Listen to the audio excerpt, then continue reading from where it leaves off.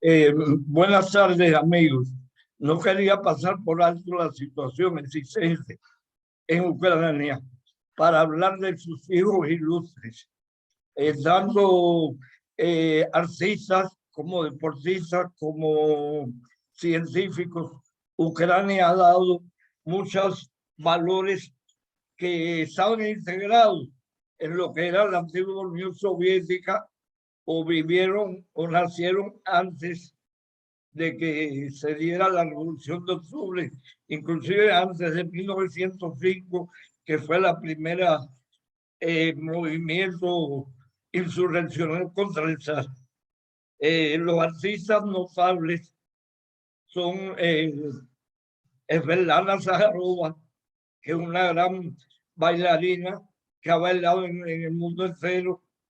Actualmente baila en el Bolshoi, tiene un contrato en el Bolshoi, pero también ha bailado con el gran bailarín italiano Roberto Boggi en la Scala de Milán, en el Teatro de la Scala de Milán y en otros ballets famosos. En Nueva York también ha bailado.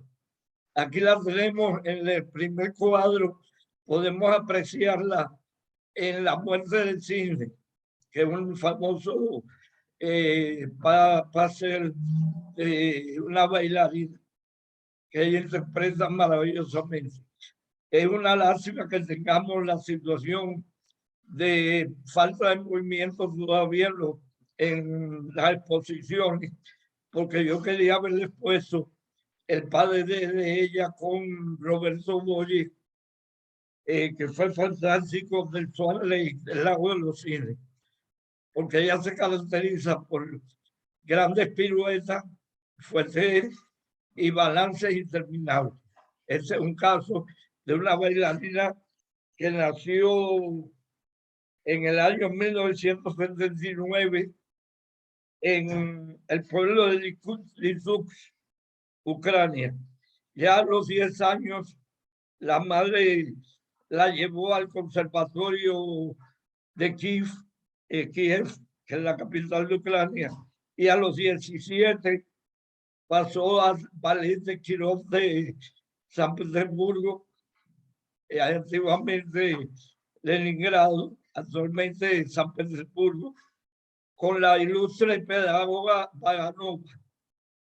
Y a partir de ahí tuvo el contrato para bailar distintos ballets como Carmen, El Corsario y otros ballets famosos. El segundo cuadro tenemos al famoso pianista Emily Giles, que también es de origen ucraniano. Nació antes de 1900, en los 1800, en el siglo XIX. Y es conocido mundialmente por su asombrosa técnica pianística, ya que la madre, los padres en general, lo obligaban con un rigor tremendo a seguir todos los estudios de la técnica pianística, y actualmente fue considerado entre los 20 famosos pianistas del mundo del siglo XIX y su tránsito al siglo XX. Otro hijo ilustre que no podemos dejar de nombrar es el famoso ingeniero de vuelo y aeroespacial Sergei Korolev. Aquí lo vemos en el tercer cuadro con cuando hizo el lanzamiento al cosmos Gagarin, Yuri Gagarin. Él fue el creador de los satélites en octubre de 1957 y el desarrollo de misil balístico para fines pacíficos, como era la conquista del cosmos. Es un gran ingeniero y no podíamos dejar de nombrarlo. Aunque no están en esos cuadros, tenemos otros hijos ilustres de Ucrania, como son Igor Sikovsky, que nació en Kiev en 1989, inventor de los helicópteros, aunque a veces ustedes saben que las invenciones no solo dependen de un solo individuo, sino que se comparten con otros científicos. Y el famoso médico militar Nikolai Kirov, no sé si lo pronuncio bien, disculpen cualquier cuestión de pronunciación. Ese médico militar ayudó mucho en la guerra para las prácticas de la guerra, de primeros auxilios y de los yesos, para inmovilizar las extremidades.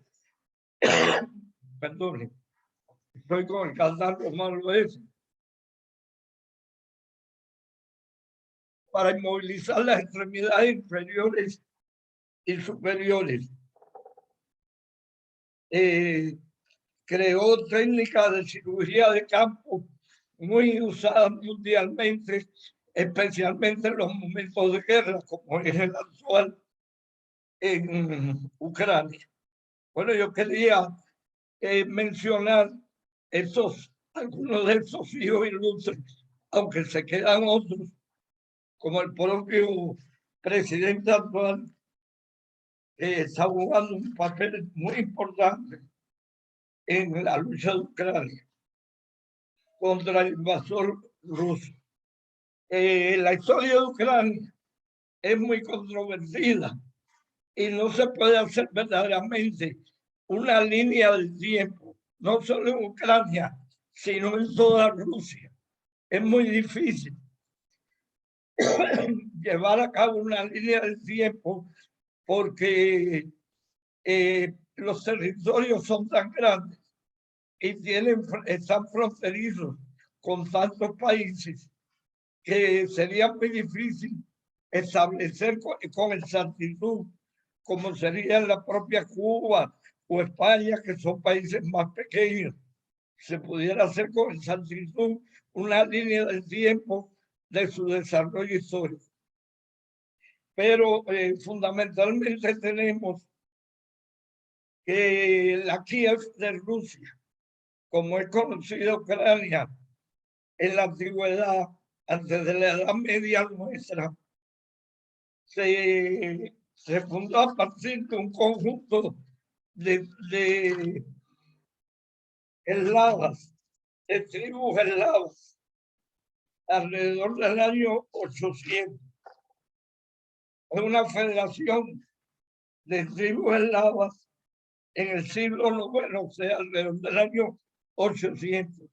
Y tuvo su máximo esplendor en el siglo XII y XI. Aquí vemos cuánto llegó a expandirse esa federación desde el norte por el mar Báltico hasta el sur por el mar Negro. Es toda la región verde que ustedes pueden apreciar ahí. Ese desarrollo histórico se debe a la capacidad de la agricultura en la zona, en una tierra muy fértil. La propia bandera ucraniana tiene la franja superior más o menos este azul que yo tengo puesto y un amarillo como el que está indicado en el otro mapa, indicando el azul es el cielo y el amarillo es el trigo, que era conocida antes de la Revolución de Octubre como el granero de Europa. Se disgregó esa federación en alrededor de 1349. Fue debido fundamentalmente a la invasión de tribus mongolas, de las tribus mongolas por distintos campos. Y la disgregación, esa disgregación se separan varios principados, entre ellos el principado de Moscú, el de Novgorod y otros principados que actualmente son ciudades de cierta importancia, bueno, particularmente Moscú, como sabes, es la capital de Rusia. Esa es la situación por decirlo de alguna manera, la historia antigua de Ucrania. Ahora vamos a apreciar en el último cuadro la historia actual, contemporánea. O sea, estamos hablando de el desarrollo territorial que tuvo Ucrania debido a distintos cambios dados históricamente. Aquí vemos en morado la península de Crimea, que históricamente ha sido disputada por los soviéticos. En zona verde, particularmente lo que es la Ucrania actual. Y la Ucrania actual está indicada con líneas de puntos rosadas, incluyendo la isla de las serpientes y la península de Crimea, que da más negro. La situación histórica de Ucrania se debe a la despiadada rusificación que sufrió este país a partir de el triunfo de la Revolución de Octubre dirigida por Vladimir, que como existían dos facciones, una facción que eran los bolcheviques, que eran los mayoritarios en el Parlamento, y una facción de mencheviques. Lenin supo maniobrar de forma adecuada para anexarse con lo que es Ucrania y parte de Polonia y Alemania. Inclusive algunas de las partes de Polonia y Moldavia fueron entregadas en las divisiones territoriales a la República Soviética Socialista de Ucrania. Dentro de lo que era la Unión Soviética, eso fue debido a una constitución establecida por Lenin en 1921 y certificada en el 24. Inclusive los ucranianos fueron forzados a hablar la lengua rusa y no su dialecto, que era el ucraniano, que es muy similar al ruso. Igual ocurre con Polonia, que tiene un idioma parecido al ruso también. Ustedes pueden apreciar en este cuadro los distintos cambios que tuvo Ucrania en estos años, entre el 21, que fue sometida a la Unión Soviética, hasta 1991, ingresa en el poder soviético Mikhail Gorbachev, con los cambios indudables que realizó, como fueron la perestroika y el glasnost. A él se debe la región actual, decirlo de alguna manera, con algunos cambios en sus fronteras de Ucrania. En mayo de 1992, Ucrania firma el Tratado START 1, que es un tratado mediante el cual devuelve todas las armas nucleares y atómicas a Rusia, concentrándose todo el arsenal atómico en la actual Rusia. El origen de la polémica actual se debe a que por el desarrollo histórico dinámico que pudimos apreciar en los dos cuadros, Rusia se atribuye el derecho sobre Ucrania. Inclusive Vladimir Putin, cuando ocupó la región de Crimea,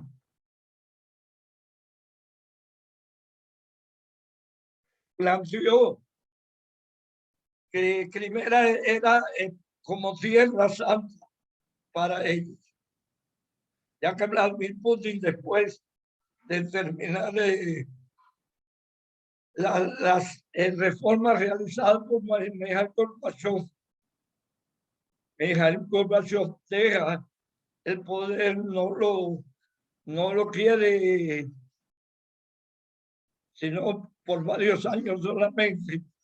Entra en el poder Boris Yeltsin, que era disoluto y ebrio, y dedicado más bien no estaba concentrado en el desarrollo político del país, e inclusive las Fuerzas Armadas se disgregaron y muchos de los generales y sus familias son los oligarcas actuales de Rusia. Putin actualmente, bueno, como les dije, la Ucrania actual se debe a la liberación en 1991, como Fidel Castro mencionaba, el desmerengamiento de una forma bastante vulgar, digo yo, o sea, del público, del pueblo. Él le decía desmerengamiento a esa situación de cambio en la Unión Soviética, ya que la antigua Unión Soviética, a partir de las reformas de Gorbachev, se dio todas las repúblicas, la de Moldavia, la de Kazajstán, Uzbekistán, todas esas repúblicas que estaban centradas en la Unión de Repúblicas Socialistas Soviéticas, se les dio la libertad. Hubo el problema en Alemania del muro de Berlín, que cayó el muro de Berlín, y Alemania, el canciller Scholz, estableció la unificación de las dos Alemanias, de la República Democrática Alemana y la República Federal Alemana, con devolución de territorios ocupados a Polonia. Debemos recordar que en la época de Stalin, Polonia fue otro país que sufrió mucho la partición realizada entre el acuerdo Ribbentrop-Molotov entre Hitler y Stalin, como una vía que tuvo Stalin para evitar la entrada a Alemania, o sea que demorara la entrada a Alemania. Prácticamente se dio grandes territorios de Polonia y hubo la partición esa famosa en dos de la actual Polonia. Eso con los acuerdos de unificación de la raza y la raza, participó también la República de Polonia y se le devolvió ciertos territorios, algunos de los cuales eran anteriormente de Ucrania, de la Ucrania soviética. Actualmente Putin plantea o no reconoce el Estado de Ucrania como un país independiente, sino que plantea que Ucrania es parte indivisible de Rusia. En ese sentido se hace un paralelo entre la situación española de Cataluña como país separatista y España y el resto de España, con Ucrania y el resto de Rusia. Bueno, eso era lo que yo tenía más o menos planteado. Es interesante que ustedes vean algunos videos hechos perdón, por una ucraniana del pueblo, no una especialista, Darina Kachenko. Tiene 10 videos hechos de gran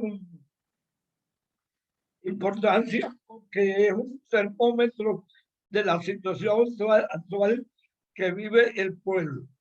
También han habido famosas entrevistas y participaciones como la de Elon Musk, que es el dueño de Tesla, que plantea que en lugar de seguir produciendo sensores, etcétera, él estaría dispuesto a sacrificar la producción de autos eléctricos, pero para lograr que Estados Unidos vuelva a ser el primer productor mundial de petróleo, que en años pasados, en la época de Trump, desplazó por los métodos de fracking de petróleo, surgió el gas natural.